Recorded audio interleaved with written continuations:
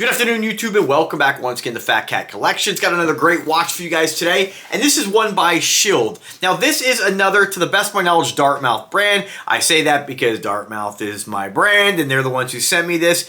And when you go to their Dartmouth brand's website, Schild is not listed. So I'm not sure if it's one of their affiliates or one of their, maybe affiliate's not the right word, but one of their companies they just don't list on there. I'm not really sure why it's not listed under the Dartmouth branding.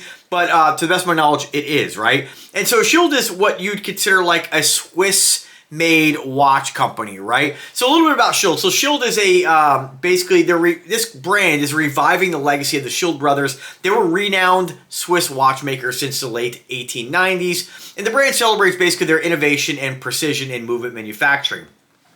Now, to the best of my knowledge, I've done a few of these Schild video reviews before. I believe Schild is still in the movement manufacturing business, but this is just like another brand that this brand isn't necessarily the Schild brothers. It's basically a brand to kind of celebrate the Schild brothers, right? And so that's it in a nutshell. So what are you getting? So you're mainly getting a watch which is comparable to 99% of the watches out there, right? And some of the things I talk about, I never like to candy coat it or try to sell you. And with this brand, just so you guys know, I'm going to put the link in the description, but I don't have any direct affiliate with Schild. I don't think they have an affiliate commission program. So if you find value in the product, always get it from, again, I'll put the link where I can find it, but we're going to get it for the best price. And so you might be saying, wow, that's kind of a little subdued for something that I would normally wear. And not really the case. I like to wear watches of all different styles, makes, colors, sizes. It really depends on my mood. Sometimes I do want just a basic, classy dress watch. And the best way I can describe this is, the Rolex owners out there, you guys know I'm not a Rolex fan, right? But and only because there's so many great watches out there that they're just as nice. Maybe not just as nice, but, under macro lens, I'm not going to get on a tangent here. We know that Rolex quality, in my opinion, is not what it's cracked up to be. But to the naked eye, they're just as nice. Any watch, right? For the most part. Most of the watches out there. And so a brand like this, I'm not going to try to candy coat it and say, oh, well, you should spend $2,450, the price they have listed on their website for this watch, because frankly, that's just way too much for a watch. Frankly, that's way too much for almost any watch out there. But if you can get these on sale, I'll try it again, put a link in the description, we get it for the best price. You are getting a Swiss watch, right? A Swiss designated watch. And what does that actually mean? Very little is what that actually means. There was a time where Swiss watchmaking meant something. Modern machining is fantastic. And I don't have any evidence to say to support my next statement, but I'd go as far as saying, in my opinion, that modern Chinese manufacturers are far superior to Swiss-made watches of the 1800s and early 1900s. Modern machining has come so far that I don't understand how anybody could really honestly compare a watch made at that time frame with a modern watch of today. So honestly, in my opinion, modern watches are better than vintage watches. They're more reliable, they're better made. And frankly, watches like this, I think, are on par with watches that cost thousands and thousands of dollars, right? Again, so let's talk about this particular watch. So this is their Johann. This is what they call a Swiss-made watch, right? And so, again, what does that mean? When I look at the dial here, it says here, what does it say? Let me see what it says. It says limited edition, and it says self-winding 17 jewels. It does not list Swiss made, but list Swiss movement. And for a movement to be classified as Swiss, it's a very loose designation, right? It might be a certain amount of it has to be assembled in Switzerland. It might mean a certain amount of parts have to come from Switzerland. Whatever it is, these watch movements fall into that category, but what does it really mean? Absolutely nothing. It really just means they're kind of all brands that use Swiss made and the Swiss movement, that Swiss designation, are really just kind of using that because people still associate that with quality. And in my opinion, it is absolutely meaningless. As always, buy what you like, buy what makes you happy. Buy this watch not because it has anything to do with Swiss, but because you like it. So why did I choose this watch? Let's talk about why I like it. So number one, my checkboxes when it comes to watches, what is it made of? Is it stainless steel? Is it 3/16 stainless steel? If it is, that's most of the watch right there. After that, you gotta start to look at things like, number one should really be, do you like the design of this watch? And so for me, I really like this. When I'm going to reach for a dress watch, this is a really easy reach. And what I like about it is that it has a, what do we got? A octagon, if we consider this to be a flat side. We have 8 sides this case. I love watches that have kind of that chiseled look that angular kind of style. I just think it gets away from the classic round, and I'm not going to say boring because, you know, I got this beautiful duck so here. You know, I like them all, don't get me wrong, but I like when there's, you know, there's only, they can only go so far with designs, right, and styles, right?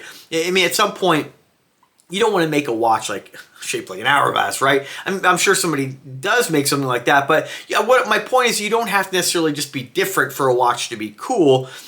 But little subtle differences, I think, are pretty nice. Now, I do have this watch on bracelet, and again, I wanted the leather strap because here's kind of what I was about to say earlier. When somebody might get a Rolex, right, and they wear it, there's a feeling of pride there. Whether you're wearing it for the name or for maybe people to notice you because you spent so much on it, or the reasoning, that's okay. You know, it's just not my personal style. I'm not looking to wear a watch to impress anybody. I do love to share the watches I wear with people. If somebody asks me, what is that? You know, what are you wearing? A watch like this generally won't get a lot of attention because it's a very subtle conservative watch. You know, generally a guy who's into watches might notice something like this and maybe not, right? But here's what I like about this particular watch. When I'm wearing a dress watch, I do have a little bit of a, I don't know, I kind of feel, this is the best way to describe this. It's going to be a personal thing. When I'm wearing just jeans and a cowboy boots and a t-shirt, right, that's pretty casual. When I throw a dress watch on my wrist with that particular style, which is mainly what I wear, I just feel like a little bit element of classiness, right? I don't know if that's the best way of describing what I feel, but I feel like, you know, when you're wearing that, your expectation is to wear like an Invictus, something large, a little more flashy with the Python boots, right? Or if you're, you know, sometimes I'll wear like a biker jacket, you know, and I look more of like a Harley rider. And, you know, when you're wearing a nice classy dress watch, it's just kind of, it's outside the box, right? Again, these are all really subtle things I'm talking about. It's not something you should, you know, spend a lot of time thinking about. But when I'm wearing it, I just kind of feel like, all right, I'm super casual, but I got this classy ass dress watch on my wrist. And that's the best way to describe the feeling I get when wearing something like this, right? I don't think it'd be the same appeal if I was wearing like a suit, because then the expectation is to wear something classy. I don't know. I just dig this watch. I got it in the rose tone. The bracelet or the band is a really thick black leather on this. I believe it's genuine leather. It ought to be. Yeah, genuine leather. Again, I like it because it is extremely thick. A lot of leather straps are not this thick. So I dig that. I like that it has the quick release butterfly clasp on this. Although I will state that some of these can be, believe it or not, a little uncomfortable. I think it just depends on your wrist. I find that the push buttons actually kind of dig into my wrist, and you can never really get that sweet spot for size adjustment. But, you know, again, not something that prevents me from wearing it, not something I whine and cry about. It's a beautiful watch, and I think it's an extremely classy watch. Again, you have that very well chiseled, we'll call it six-sided case, when, you know, again, if you consider the round side, the 7th and 8th side, fine, whatever, but has a little bit of an exhibition window in there, Roman numerals. It does have a screw-down crown. It's a good-looking watch. Exhibition window on the back. As far as specifications on this, let me just throw this on the wrist here while I'm kind of get the vibe here. Super comfortable, I mean, but that's, you know, I almost say that with every watch. Check it out. Clean, classy, simple, sophisticated. All right, so this is what it says about this watch. It says, artfully detailed and refined, the Johann is a masterfully created piece by carefully laid, a piece by carefully laid piece. That doesn't even make any sense. The Johann is masterfully created piece by carefully laid piece. I guess it does make sense. It's aesthetic all to its own. Again, that is subjective. Let's get to the important stuff. So it's powered by the Aldolf Schild AS5203 Swiss-made automatic movement. That's it. That's it. I'm not going to read you the whole spiel. Specifications. Swiss automatic, 3 hands of date. They don't list, again, this is something Dartmouth constantly does. I'm constantly trying to get them to stop. They do list in the description the movement, but they don't list it under the specifications. Somebody might miss it. They kind of use this Swiss automatic 3 hands of date. I'd like to see them put the model number there on all their listings, right? The case is stainless steel. It's a 43 millimeter case diameter, 15 millimeter thickness, lug plug 48. Nice, tall kind of wrist presence. You can see, I like how they have sort of that round raised bezel on top of that angular 6-sided or 8-sided case. Totally dig that. I think it's, like I said, a great looking piece. Dial color black on this, applied indexes with Japanese super lume. You have an anti-reflective sapphire lens. Screw down crown. The strap, they say, is genuine leather, 20 millimeters, 10 ATMs of water resistance, and 100 grams in weight. That's about it. That's a spiel. A couple different colors. You can get it in the slate, which is on a bracelet. I think I have that one. You get it with the white. I think I have that one. Then you can get it in a stainless steel white face, brown strap. They have one called the salmon color. It's on bracelet. This one is sold out. In price, $2,500. Now, while I got you guys here, let me just do a quick search here and see if anybody is selling this for less. And usually, see, what a lot of manufacturers do, some people will say it's deceptive marketing, but what they do is they put, their intention isn't really necessarily to sell it sometimes on their site. It's really just to show people, hey, this is the watch, this is our MSRP, and then you go shop and buy elsewhere. Something I find very annoying. I'm going to link you guys to Ashford, where this watch, let's see, they have it in the salmon color, can be had for $457. In line to what you're going to pay, even though, again, remember I'm saying that Swiss made doesn't really mean much. I don't think you should pay a premium for Swiss. I don't think this watch is going to be any better than a watch comparable with an NH35 for $150. Absolutely not. But if, you know, so people sometimes buy things not necessarily because they absolutely need it or because they, you know, truly believe that there's a difference. $457, you got 8% off right now with Ashford. Again, I'll put the link in the description. I think that's more fair for a watch that is designated as Swiss movement, right? Again, some of you might come at me and say, oh, well, I can get this watch or that watch. Absolutely. You know, remember when it comes to watch collecting and watch purchasing, you know, when you look at watches, you have to understand that there are brands that have very little markup, that have very little margin, like brands like Invicta, and they mainly focus, and these are my opinions, they basically focus on volume of watch sales. Then you have other brands like this that they're micro brands, but they don't focus so much on driving volume, right? Not everybody, let's face it, everybody buys things for different reasons. Whether I agree or not, somebody might say, hey, I like the Invicta, but the brand, there's too much stigma about the brand.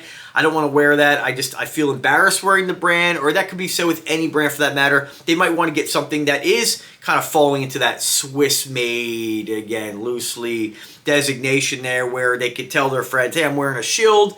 Somebody checks it out, looks at the Schild, you know, they have a little bit of a backstory there on the Schild brothers. So again, there's different reasons on why people buy watches, and just because not always is it about price and movement or price of materials. Sometimes a lot of factors go into that. Some people might really be concerned with super fine attention to detail, which is why they want to maybe lean towards a Rolex. But if you check out my video comparing San Martin and Rolex done by I Like Watches, you might feel differently about the quality they're claiming that you get for the price. So again, but ultimately at the end of the day, you buy what makes you happy, you buy what makes you feel comfortable, you buy what fits into your budget.